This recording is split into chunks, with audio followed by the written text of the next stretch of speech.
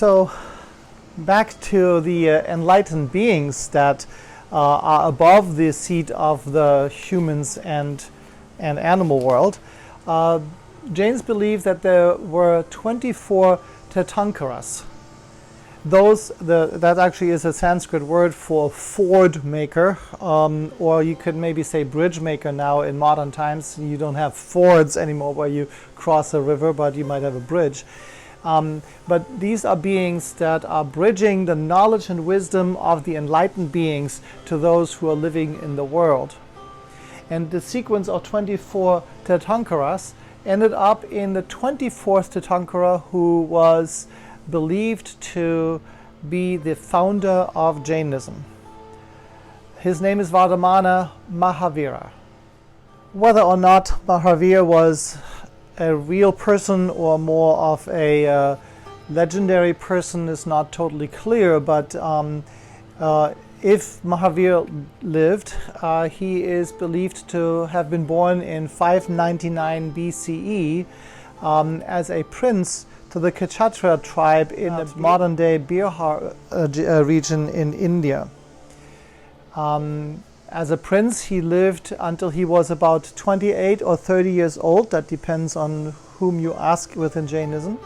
When he left his house, he gave up everything because he believed that the material goods were just holding him down, and so he opened up the palace, gave everything away, and left for the forest to find himself or find spiritual wisdom, right? He lived in the forest for 12 years, and at the age of 42, he achieved moksha. Now, when you achieve moksha, you are not necessarily dead right away. Your soul may still be incarnated within your body, except that at that point you are enlightened and now you can teach others. And so Mahavira continued living as a enlightened being to teach others as the fort maker or the bridge maker. He taught others for another 30 years until he was 72 years old, when we learned that he achieved Nirvana. You might wonder, what's the difference between moksha and Nirvana? Have you heard about Nirvana before? I don't mean the music band. I mean the spiritual understanding of Nirvana.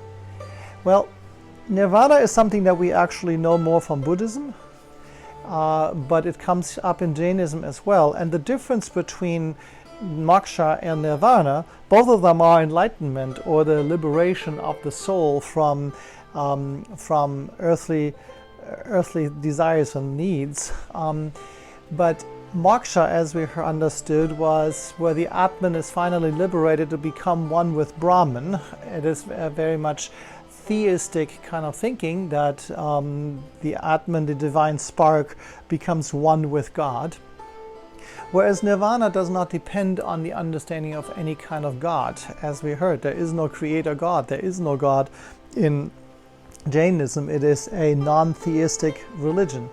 And so the liberation of Nirvana has nothing to do with becoming one with God, but rather with the absolute detachment or non-attachment to anything in the world. It is total freedom from any kind of attachment. And so now watch the next video on the life story of Mahavira.